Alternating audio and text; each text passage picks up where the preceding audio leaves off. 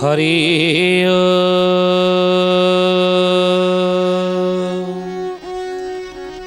ओम भूर्भुवः स्वः तत्सवितुर्वरेण्यं भर्गो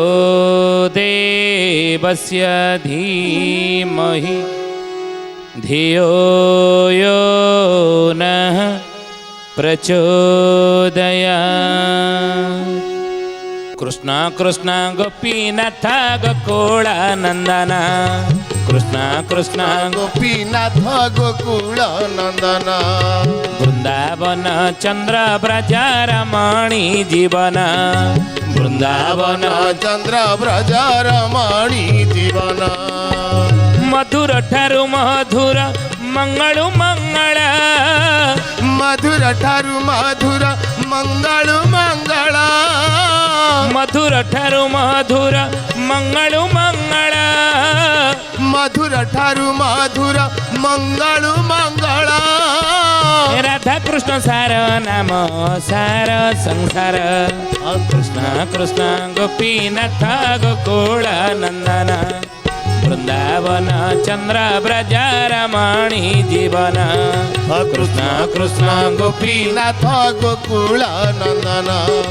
वृंदावन चंद्र व्रज रमणी जीवन। बोले महापुरुष अच्युतानंद जी की शुद्धि यानी ज्ञानी गुणी मंडली आज अध्यायर आलोचना को आपण मानक स्वागत जनाऊँ। आज मालिका वचनर आलोचन आम आलोचना करिया जाऊे भगवान शेष अवतार कलिकी अवतार को नहीं कलिजुगर मालिका शास्त्र पंचसखा माने जहाँ विस्तृत भाव में आलोचना करिसेंती कलिकी अवतार विषय से विषय आज आम आलोचना करिया जाऊे। महापुरुष को जंगल बाबूरे प्रभु भक्त पे ही जुगे जुग अवतार नहीं असुर मारिबा एक माध्यम ही पारे किंतु समाज गोटे शिक्षा देवे सज्जन मान को संगठित करेंगे भक्त मान को एकत्रित करेंगे एवं भक्त मान सहित लीला करेंगे भक्त माने प्रभु अंगसंग लाभ करेंगे एवं अंगसंग लाभ कर कृतार्थ हेबे भक्त माने मुक्ति पाइबे आनंदित हेबे एवं समाज गोटे तादृ शिक्षा पाइब धर्मर स्थापना हो नीतिर स्थापना हो पुण्यर स्थापना हो तो प्रभु जुगे जुगे प्रभु संसार को आसंती जेते बेले धर्म रूपक डंगा बुड़ीबा को जाऊए तेणु हे शुद्धि यानी ज्ञानी गुणी मंडली अच्युतानंद महापुरुष मालिकार नाम है उद्धव चौतीसा। ये उद्धव चौतीसा रे महापुरुष लिखिं प्रभु केतेबेले आसंती शून्य संहितार मध्य लिखिं प्रभु केतेबेले आसंती सेही भली महापुरुष जगन्नाथ दास मध्य कली मालिका बा इंद्र गोविंद गीतार मध्य लिखिं प्रभु कहीं संसार को आसंती कौथि भी आसंती तेणु महापुरुष अच्युतानंद शून्य संहितार कौन कहले प्रभुंकर आगमन केतेबेले हेबो प्रभु केतेबेले अवतार नियंती केतेबेले अवतार नेबे ए विषय कौन लिखिले निराकार आदि मूला मो अचाला सेठारे थीबी निश्चले त्राही कर देव बोली मो भक्ते डाकिबे भोले मो भक्ते डाकिबे भोले हे सुजने मो भक्ते डाकिबे भोले मो भक्ते डाकिबे भोले हे सुजने मो भक्ते डाकिबे भोले। निराकार आदि मूलमो अचल मालिकार नाम है शून्य संहिता। ये शून्य संहितार महापुरुष ये पदटी लिखिले सेठारे थी निश्चले कौटी थी नीलकंदर नीलाचल मु निश्चल होगी थी हे रामचंद्र महापुरुष कहउचंदी ये कथा को जगन्नाथ महाप्रभु कहउचंदी निराकार प्रभु कहउचंदी अच्युत को हे अच्युत निराकार आदि मूल मु अचल अपाणी पादो जवन ग्रहिता नहीं अपाणी पादो पाद नाही से जे गमन करई कर्ण नाही सबु शुणे चक्षु नाही तार तीनी पुर देखे जिह्वा नाही स्वाद मणि जहाँ गोस्वामी तुलसी मानसरे मध्य आलोचना करिसेंती बिनु पद चलई सु नई बिनु काना कर बिनु करम करई विधि नाना आनन रहित सकल रस भोगी बिनु बानी बकता बड़ जोगी गोस्वामी तुलसी कहले तेणु से कहते निराकार आदि मूल मु अचल सेठारे थिबी निश्चले निश्चल होइकी थिबी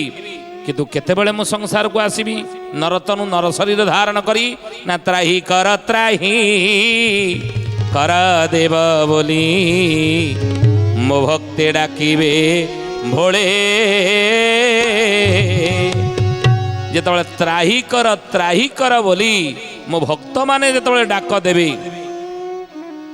मो भक्त माने जेतबेले डाक देबे सेतेबेले मु नरतनु नर शरीर धारण करिबी सेतेबेले ही प्रभु सब जुगरे धारण करिचंती जेते अवतार मान प्रभु हेइचंती सेतेबेले त्राही कर संसार जेतेबेले डाक देइची सेतेबेले अवतार हेइचंती ना प्रलय पयोधि जले धृतवान शिवेदम विहित बहित्र चरित्र मखेदम केशव द्रुत मीना शरीर हरि केशव द्रुत मीना शरीर जय जगदीश रे हरे हरे जय जगदीश रे प्रलय पयोधि जले धृतवान शिवेदम विहित बहित्र चरित्र मखेदम केशव ध्रुत मीन शरीर जय जगदीश हरे हे ज्ञानी गुणी मंडली शुद्धि जानी जिते वेद हरण हो गला ब्रह्मा स्तुति कले प्रभु कौन कले मो भगवान मत्स्यावतार धारण कले नहीं मीन महर्षि मन्युंकर कमंडल भितर महर्षि मन्यु स्नान करुले छोटिया माछटी कहला हे मन्यु मते रक्षा कर ना कि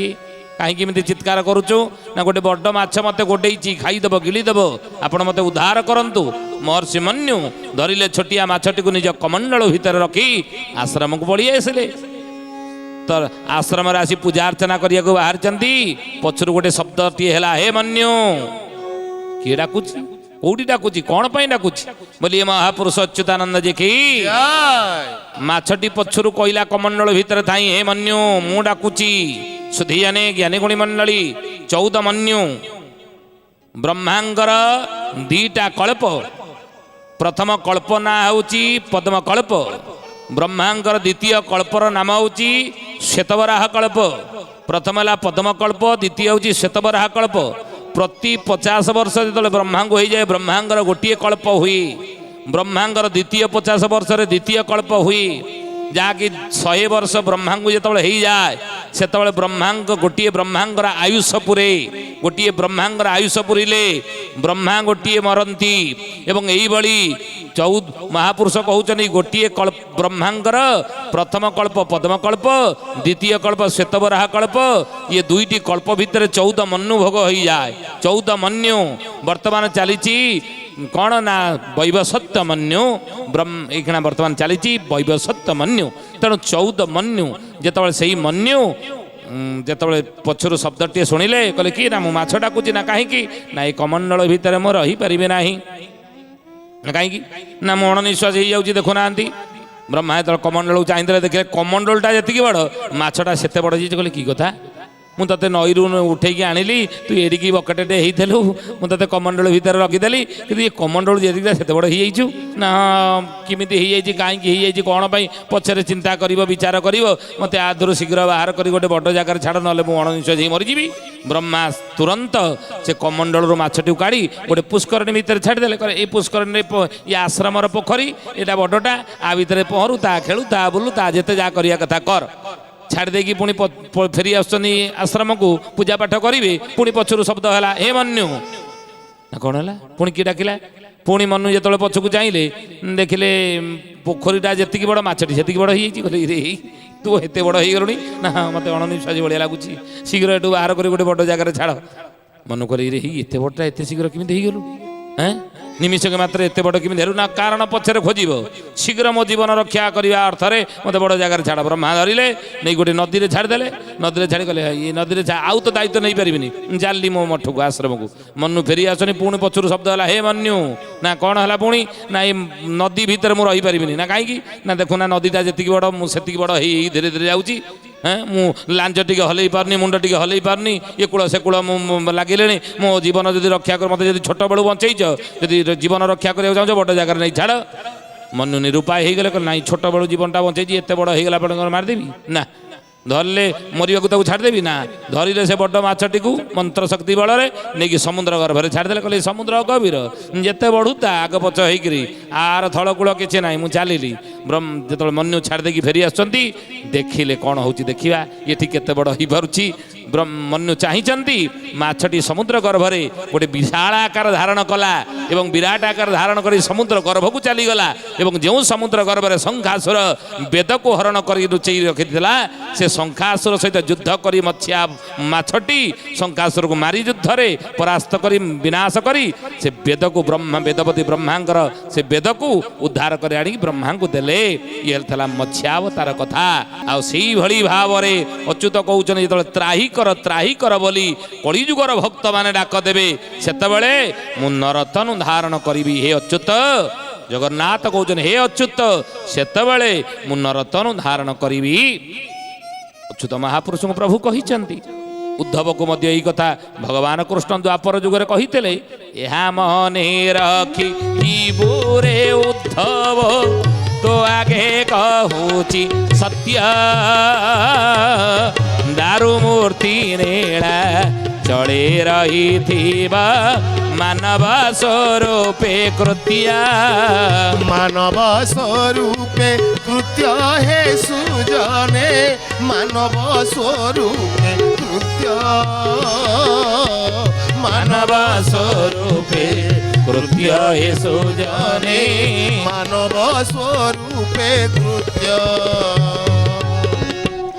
उद्धव को भगवान कहिचंती द्वापर जुगरे हे उद्धव इह लीला संवरणर समय मोर आसीगला ये वर्तमान द्वापर जुगर लीला मोर सरीगला स्वधाम को मु प्रत्यावर्तन करी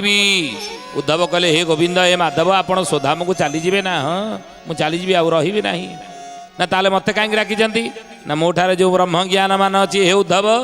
मोठारे जो ब्रह्म ज्ञान मान अच्छी मो सहित काले से ब्रह्म ज्ञान मान चलीज तेणु हे उद्धव से ब्रह्म ज्ञान मु तुमको दे जाऊँगी ना कहीं ना संसार लोक तरीवाई ये संसार सागर रू किमिति संसार लोक तरीजे तुम्हें ज्ञान नहीं था ये ब्रह्म ज्ञान मो सहित जीवन ही तुमको मुझे जाऊँगी ब्रह्म ज्ञान ये ब्रह्म ज्ञान तुम्हें संसारवासी की शुणेब ये संसारवासी ये ब्रह्म ज्ञान शुणी ये संसार सागर उद्धार पाइबे दारिद्र दुख जरदाहितानां माया पिशाची परिमर्थितानां संसार सिंधुं परिपातितानां क्षमा एव भागवत प्रगट मुगर हे सुधियाने दारिद्र दुख जरदाही तारु उद्धार पाइबा पई हे उद्धव ये ब्रह्म ज्ञान मु तुमको दउची ये ब्रह्म ज्ञान द्वारा संसार रूपक सागर रु तुम्हें प्राणी मान को परित्राण करिब उद्धार करिब बोलिए महापुरुष अच्युतानंद जी की ना प्रभु उद्धव पचाले हे जगन्नाथ आपण जदि चलीजे द्वारिका लीला समापन करी ये द्वापर लीला समापन करी ताहले कौन प्रभु पुणी आसबे ना आउ कौन पुणी स्वधामर पुणी संसार को आसबे ना आसबि ना केतेबेले ना कलिजुगरे मु आसबि ये द्वापर पर जो कलिजुग आसब से कलिजुगरे मोर हाथ पाद नथिब हाथ पाद नथिब हाथ खंडिया पाद खंडिया है मु बसीथि रत्न सिंहासन रे कल्पवट मूल मु चतुर्धा मूर्ति रूप लक्षे शाला ग्राम माड़िकी बसीथि कौटी ना कलिजुगरे पुणी कलिजुगे मुहि दारु ब्रह्म रूपे साथी सोदरंग मेले कल्पवट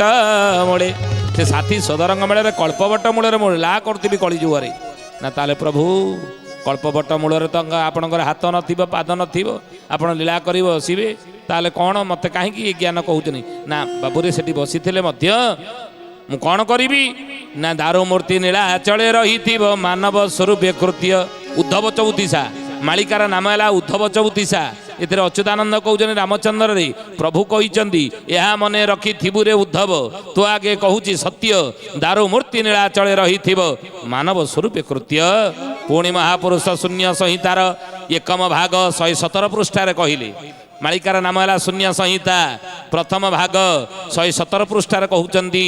ମୁଁ ଆଗେ ଯାଇ କଳି ଯୁଗେ ରହି ଦାରୁ ବ୍ରହ୍ମେ ପୂଜା ହେବି କୈବଲ୍ୟ ପସରା ନିରନ୍ତରେ ଜୋରା କରି ଭୋଗ ବିଳାସିବି କରି ଭୋଗ ବିଳାସିବି হে সুজনে କରି ଭୋଗ ବିଳାସିବି କରି ଭୋଗ ବିଳାସିବି সুজনে করি ভোগ বিলাসিবি। ଶୂନ୍ୟ ସଂହିତାରେ ଅଚ୍ୟୁତାନନ୍ଦ କହୁଛନ୍ତି ରାମଚନ୍ଦ୍ରରେ ଜଗନ୍ନାଥ ମହାପ୍ରଭୁ କହିଛନ୍ତି ମୁଁ ଆଗେ ଯାଇ କଳି ଯୁଗେ ରହି ଦାରୁ ବ୍ରହ୍ମେ ପୂଜା ହେବି। ହେ ଉଦ୍ଧବ ମୁଁ ଯାଇକି କଳି ଯୁଗରେ ସେଠି ଆଗେ ଦାରୁ ବ୍ରହ୍ମ ରୂପରେ ପୂଜା ପାଇବି ଆଉ କୈବଲ୍ୟ ପସରା ନିରନ୍ତରେ ଜୋର କରି ଭୋଗ ବିଳସିବି। 60 ପୌଟି ଭୋଗ ନୈବେଦ୍ୟ ମୋର ଲାଗୁଥିବ ସେଠାରେ ଦାରୁ ବ୍ରହ୍ମ ଭାବରେ ମୁଁ ଥିବି ଆଉ ମୋ ଠାରୁ ଜ୍ୟୋତି ଯାଇ ମୋରି ଅଂଶ ସମ୍ଭୂତ ହେଇ କଳିକି ଅବତାରରେ କଳିଯୁଗରେ ଲୀଳା ହେବ। ଉଦ୍ଧବ କହିଛନ୍ତି ଏହା ମନେ ରଖିଥିବୁ ରେ ଉଦ୍ଧବ ତୁ ଆଗେ କହୁଛି ସତ୍ୟ ଦାରୁ ମୂର୍ତ୍ତି ନୀଳାଚଳେ ରହିଥିବ କିନ୍ତୁ ମାନବ ସ୍ୱରୂପେ କୃତ୍ୟ ମାନବ ସ୍ୱରୂପରେ କଳିକି ରାମ ରୂପରେ ପ୍ରଭୁଙ୍କ ନାମ ହେଇଥିବ କଳିକି ରାମ ରୂପରେ ମୁଁ କଳିଯୁଗରେ ଲୀଳା କରୁଥିବି। ଆଦି ସଂହିତା ମାଳିକାର ନାମ ହେଲା ଆଦି ସଂହିତା 19 ଅଧ୍ୟାୟ ପୃଷ୍ଠା ହେଲା 53 ପୃଷ୍ଠା 19 ଅଧ୍ୟାୟ। ଏଇଥିପାଇଁ ଆମେ କହୁଛୁ ପ୍ରାମାଣିକତା ଦରକାର।